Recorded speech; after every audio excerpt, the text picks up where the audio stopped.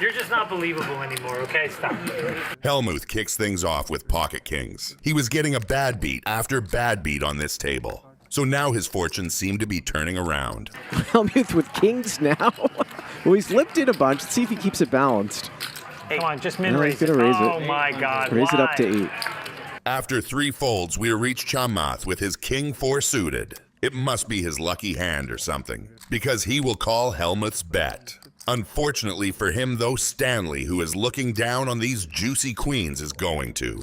Raise it. 5,200. There's the 3-bet. Just a call from Phil. No 4-bet. Getting the other people out. That's going to bring Keating in, I'm sure it does.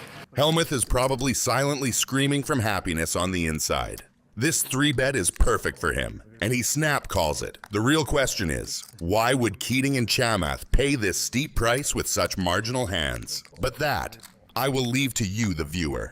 The flop comes 8, 7, 8 rainbow. It might not be perfect because sometimes pair of 7s or 8s gets through this 3-bet to see the flop. But Hellmuth should be reasonably happy with how it turned out for now. Stanley bets $5,000 again. And this time out, only Hellmuth will make the call, with Keating and Hellmuth finally taking the smart and right option of folding those weak hands. And the queen on the turn! Oh, we're gonna see some steam! Gentlemen, I can officially attest to the fact that Hellmuth is probably the unluckiest player I have ever seen. This queen is about to wipe the calmness off of Hellmuth's face. The only question left is, will Choi play it so he extracts maximum value plus a bonus of Hellmuth's rage at the end? That 21. All right, 21,000. Wow.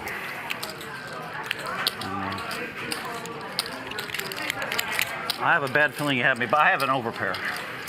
Yep. Come on, this motherfucking goddamn fucking queen. What's that? Phil Hellmuth is looking down on Jack 10 suited. That just makes me so sick to my stomach. I mean, whether I'm right or wrong, it just makes me sick that... Pre-flop this looks innocent, but the roles at the table are already defined. Mercier is the young, aggressive straddler. Hellmuth is the self-appointed sheriff who hates getting pushed around. Hellmuth just limps with Jack 10 suited, a hand that could easily open or raise, but that he chooses to park in the weeds. The flop comes 4-5 king, 2 diamonds. It is a board that hits the straddler way more than the limper. Mercier has actually connected, bottom pair plus a gut shot, with some backdoor diamond possibilities. Hellmuth has pure air. When Hellmuth checks, Mercier does exactly what you expect a good aggressive player to do. He fires 1,200 into the dead money.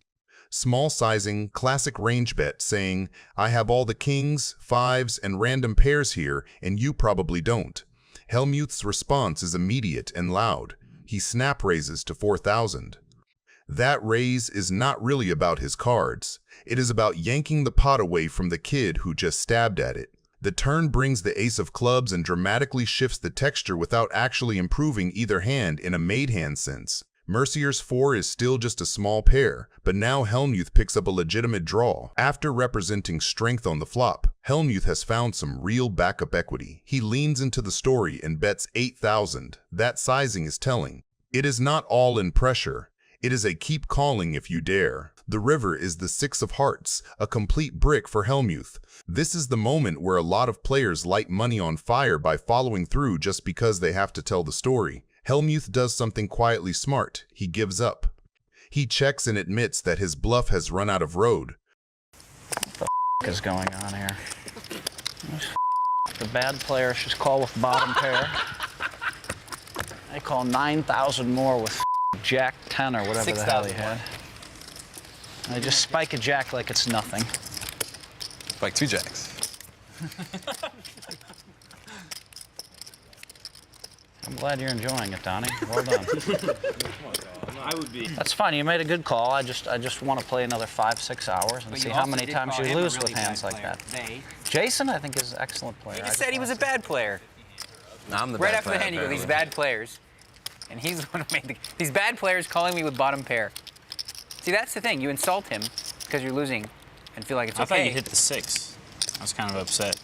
That's why I hit the 6. I made a disgusting check in the river. Check. God, I just lost. Put him on 6-7. 16. Hellmuth is looking down on 9-7 offsuit. He limps, which caps his range and invites someone to attack the dead money.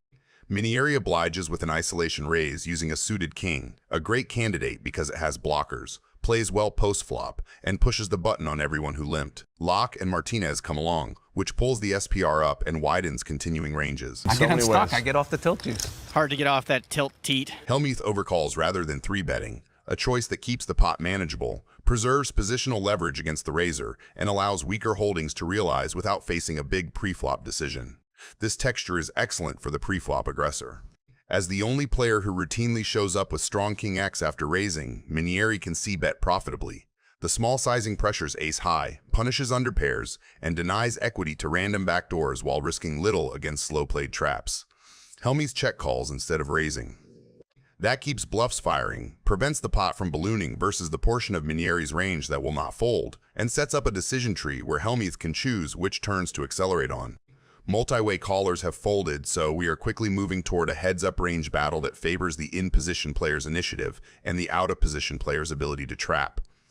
The second king super polarizes things. From Minieri's seat, this is a green light to barrel because his range contains far more King X than Hellmuth's limp call range. The bet around $5,300 targets exactly the hands that called once and hate life now, medium pairs and stubborn ace-high, and it continues to build a pot in case he is ahead. Hellmuth's second check call is strategic. Raising isolates him against very strong holdings and folds out hands that might bluff again. Calling keeps his range wider, invites another polarized river bet, and protects the times he is bluff catching with decent showdown value. From a range math perspective, once the king pairs, the pre-flop raiser's value density increases, which means the out-of-position player should avoid thin raises and lean into induce lines. Nothing material completes, so Minieri retains a nut advantage and chooses a large polar bet of $17,200.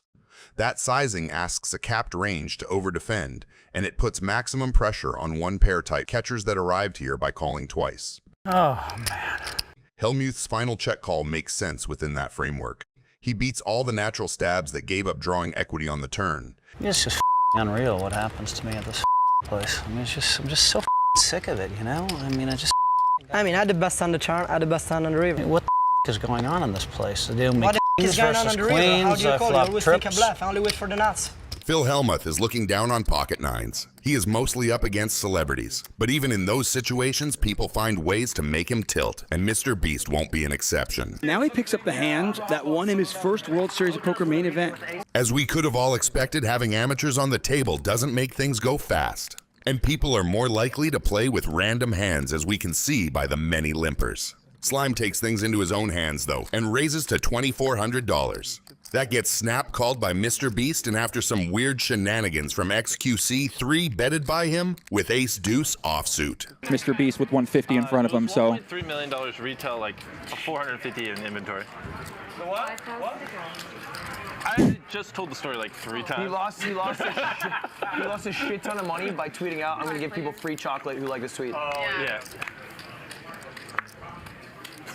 Now we can observe XQC looking for the jack somewhere below the table, but as he can't find it, he decides to check, which is followed by a unison check around the table until Mr. Beast does this. Well, you're right, 10,000. I don't know what Mr. Beast has, but based on what else everybody else has. Let me know in the comments, what is your guess for Mr. Beast's cards? Phil's gonna call anyway with nines. Not a believer. The turn brings the 8 of diamonds, which I don't really know how to feel about. Not knowing Mr. Beast's cards, he might have a straight or a flush draw, and I bet Phil Hellmuth is getting more and more heated with those pocket nines. After you see Phil Hellmuth's blow up, make sure to rate it in the comments from 1 to 10 of how crazy it was on the Brat scale. He has probably something good, and he wants me to bet. But I kind of want him to bet as well, so it's fine. What's your call and you bet? 25. Do you make 2 pair? 10-3? All right, that call. Okay. I mean, I have queens. You probably have a king. You got a queen? You got me. Yeah. Queen of hearts, 5 of hearts. It's like impossible that I could ever be losing in this game. The man just bet a queen So you 5. did it for a living? I called 5,000 under the fucking gun. I got to have 9s or above, and he bet a queen 5 for value on the river. Phil Hellmuth is looking down at ace-jack offsuit. He is raised to $2,000, but he's up against Harlow with pocket 8s. And Tony G, he's lurking, and he's not planning to stay quiet for long. Action begins on Phil, ace-jack. Raised to 2,000. Pocket pair for Russ. Pot. Raises to 7,200. Harlow is the loose cannon in this game, which means he's an amateur who's been given $100,000 to play against 5 pros. Whatever he makes over $100,000, he gets to keep. Meanwhile, Tony G folded, but this is not the last time we see and hear of him this hand. How much more do you have? Hellmuth is fishing for information, trying to get a read on the delivery driver. Every second Harlow spends fumbling with his chips gives Phil little clues about how strong he really feels. Phil calls and gives him the WWE stare down. Hellmuth off the top rope. The flop, 10-6 deuce, 3 clubs. Hellmuth checks the nut flush draw. Harlow's ahead for now, but Phil's sitting there with 2 overcards, a nut flush draw, and about 27 different ways to ruin this man's whole poker career. If Harlow fires a bet here, things could get messy fast, because Hellmuth is definitely not folding this one soon. But Harlow decides to check it back to him. The turn gives Russ a set. Hellmuth, chips in hand, leads out to 5,500. Gotta take a chance sometime. I'm supposed to think you're weak, right? Because you're talking? I won't bet more than 9,000 on the river if you call. I'm all in. Russ Harlow, all in. Hellmuth throws out a little feeler bet, just trying to stir the pot. But Harlow responds by setting the whole kitchen on fire. This is actually an incredible read from the delivery driver against arguably the best poker player of all time. Now Phil's got to decide if that nut flush draw is enough to pull him out of the flames, or if he's about to get roasted. He thinks for about 5 minutes and Tony G is starting to lose his patience. So you potted it before the flop. It's ridiculous. What's ridiculous? I mean, just make a decision, you know? Like, there's other people in the game, too. You're a professional player playing against a loose cannon. I mean... Now I'm trying to make a decision for 43,000. Can you just shut the up? Call You're a floor professional man. player? Call floor man. You're insulting everyone. I mean, we're here, we want to play, too. He's completely out of line here. So I think he's completely out of line because he's been taking forever to make a decision. Against an amateur player coming in here as the best player in the world, taking 15 minutes to make a decision. I haven't taken 15 minutes. You want to bet on that? Well, you will. You're that's so why out of I'm line. talking about You know, it. your etiquette's horrible. Stay out of this. Gentlemen, Stay out. Let's hear your ruling. We're going to put you on the clock right now. You got 1 minute and 10 seconds. That's your ruling? Right. I hope you're proud of yourself, Tony. Story checks out. Phil folds. And those are tears of joy. Phil Hellmuth is looking down at King 10 offsuit. To the fans at home, no one even has a chance of understanding. There are some fans at home that are like, oh wait, I see Phil's playing just based on reads. Call. And you know, but then they don't understand the subtlety of the trapping game. Raise. 1,000 then. Boom. The trapping game's a long-term game. We head to the flop 3-way, with Phil out of position and holding a marginal hand against a pre-flop raiser who likely has him crushed. This is a chaotic texture. JR has flopped middle set with his queens, a monster hand, but on a monotone board, he is terrified of the flush.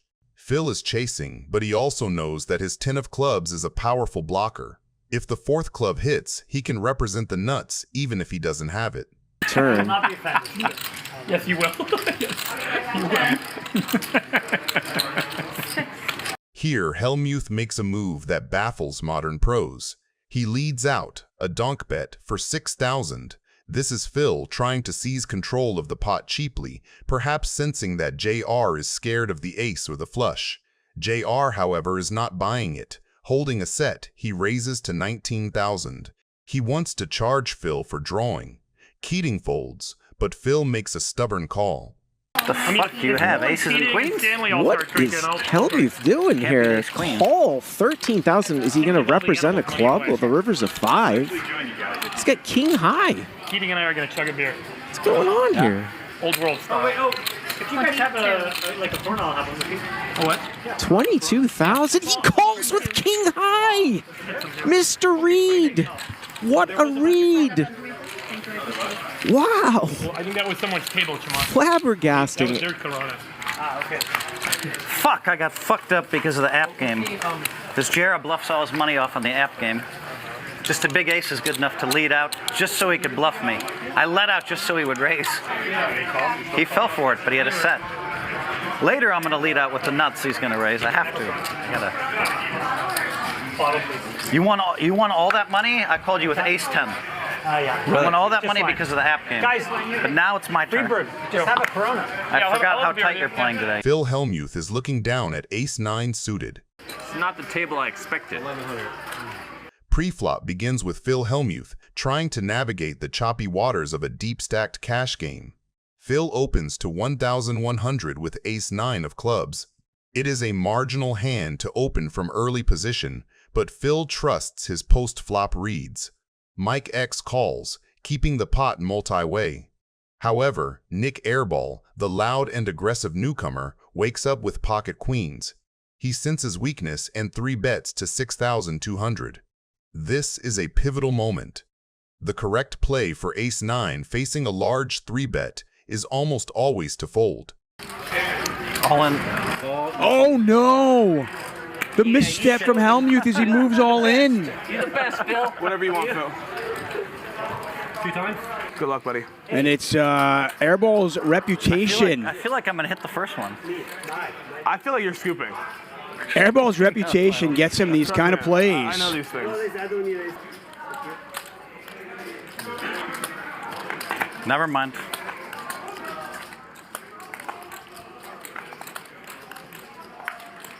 Ah, flush draw. How we mind, right? Ace or a club. How many outs?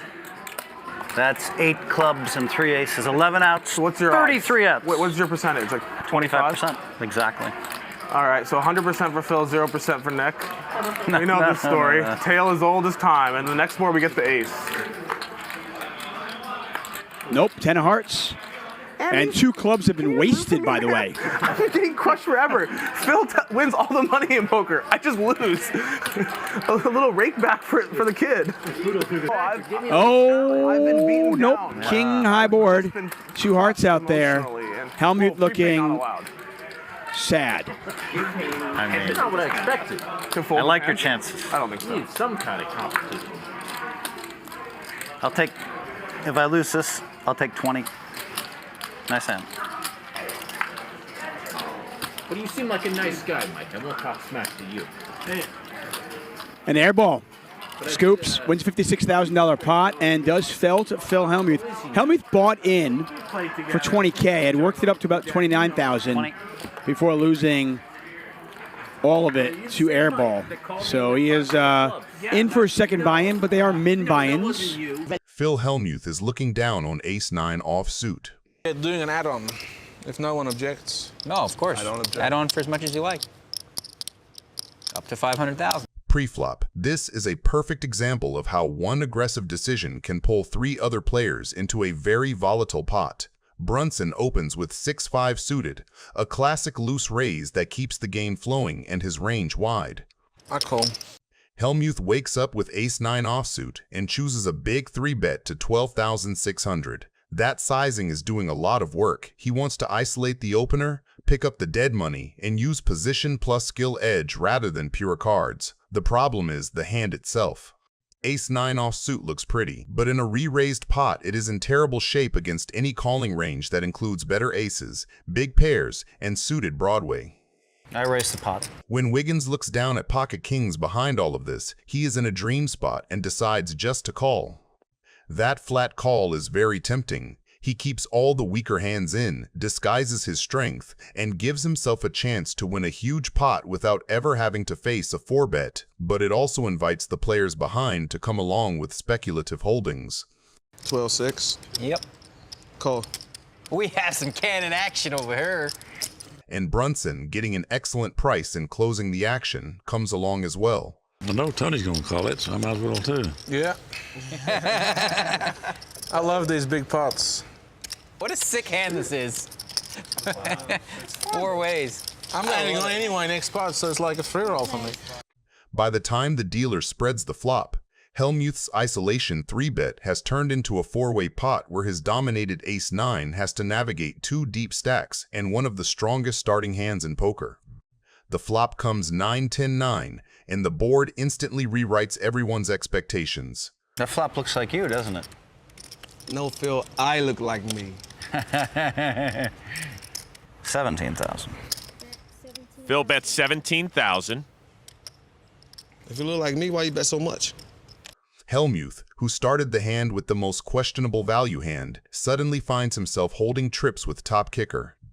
From his point of view, this is about as good as it gets. He blocks full houses with his ace-9, beats every overpair, and is way ahead of any 10x that peeled pre-flop. 36,000. I love you, Ernest. I tried to gamble, I just can't. Doyle folds. I was gonna race. I'm so sick. Tony G's out. Wow. This is almost certainly disaster for our loose cannon. 200,000. What are you going to do if I move in? You going to call? Phil, of course I have no choice but to, my brother. You got aces or kings or something, or what? Man, if I had aces or kings, man, I'd be the man right now, wouldn't I? Well, I don't think I have a choice here. This is so sick.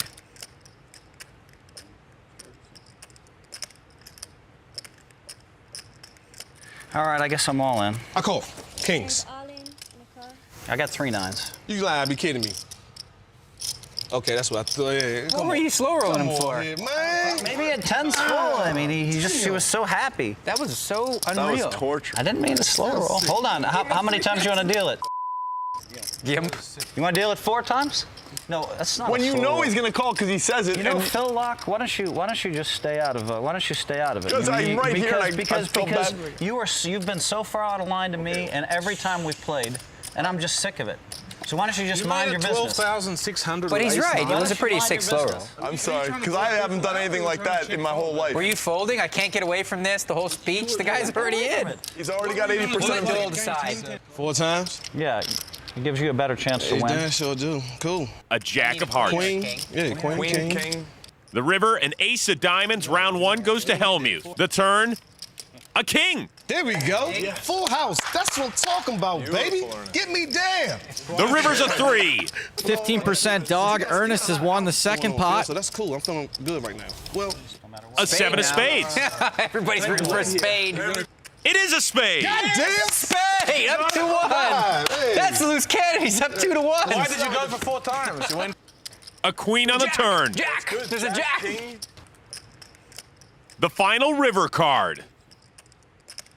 It's a king. That's real. He hit 3 out of 4. He hit 3 out of 4. That's with the worst hand. Why is everyone so happy except Phil? That's what I'm talking about. Huh?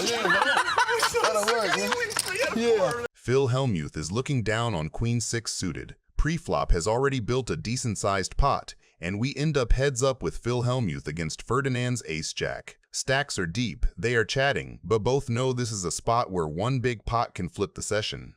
The flop comes paired rainbow. Ferdinand checks from out of position with what looks, on the surface, like top pair top kicker on a paired board. From his seat, it is a little too strong to turn into a bluff and a little too middling to start blowing up the pot. Hellmuth has absolutely smashed it. He fires 4,000 into the middle, a classic Phil value bet that looks small enough to get floated by worse aces and stubborn pocket pairs. Ferdinand just calls. His call keeps Phil's entire bluffing and thin value range alive while he sees what the turn brings. At this point, Phil is miles ahead, but the pot is already big enough that one card can flip everything. The turn is the 7 of clubs, and now the backdoor club flush is open. Ferdinand checks a second time, which from Phil's point of view is very comforting. When ace-jack or ace-king does not raise on this turn, it starts to look a lot like a pot-controlled one-pair hand or some give-ups that floated the flop. Hellmuth continues for 12,000. That sizing screams, I still have it. He is charging flush draws, extracting value from any ace, and making life miserable for pocket pairs that refuse to believe him on the flop. Ferdinand thinks, and again just calls. He cannot love it, but with ace-jack he beats all the bluffs and every worse ace that Phil is capable of barreling. The river is the ace of hearts, and that card rewrites the script. Ferdinand, who has been in check and call mode on flop and turn, now suddenly leads for 18,500. Cannon bets. I was waiting for that. That river bet is sneaky and brutal. From Ferdinand's side, it makes perfect sense. When the ace pairs, every queen in Phil's range is going to feel invincible. Is this even possible? I was thinking he was going to pay off 50,000 drawing to 2 outs. It was so sweet. Pot, and I was going to bet 30 on the end, and he was going to call me with his ace 10 or whatever. Oh, come on. Are you serious? I mean, can this just keep happening to me? It's like, you got an ace, Bus? 18-5, you'll see what I got. You called a pot size. What do you got? I got a queen. Phil calls. No stops today in the bus. Moron, mother.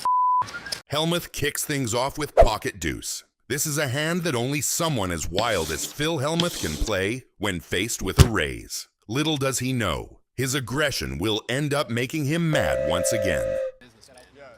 You were like drawing dead.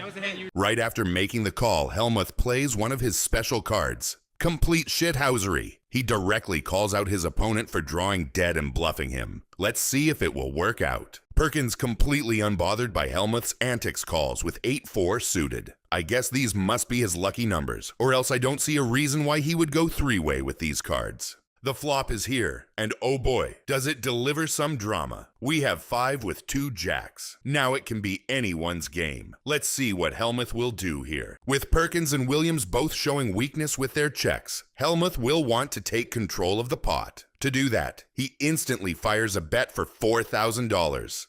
Perkins with his 8-4 suited didn't have to think too long about what to do next, and does what every one of us would do in this spot and folds. Williams, on the other hand, didn't think at all. He snap-called the bet as if he is holding the nuts and is just waiting for Hellmuth to bloat the pot some more. The turn delivers a queen of clubs, which makes things even more interesting. Now Williams has an open-ended straight draw and is looking stronger than ever in this hand. Even though the turn improved his hand, Williams still decides to check in order to see how Hellmuth will play it out first. And that's exactly what Hellmuth was waiting for. After no more than a few seconds of thinking, he fires another 4,000 bet, trying to pressure Williams out of seeing the river. For better or for worse, Williams almost snap calls the bet, which means he either thinks Hellmuth has nothing or is just feeling super lucky. Even a 5 or a queen can counterfeit Phil's hand. The turn delivers a king, which completely shifts the game, and Williams is now in the lead. Make sure to watch until the end to see Hellmuth going crazy after the showdown.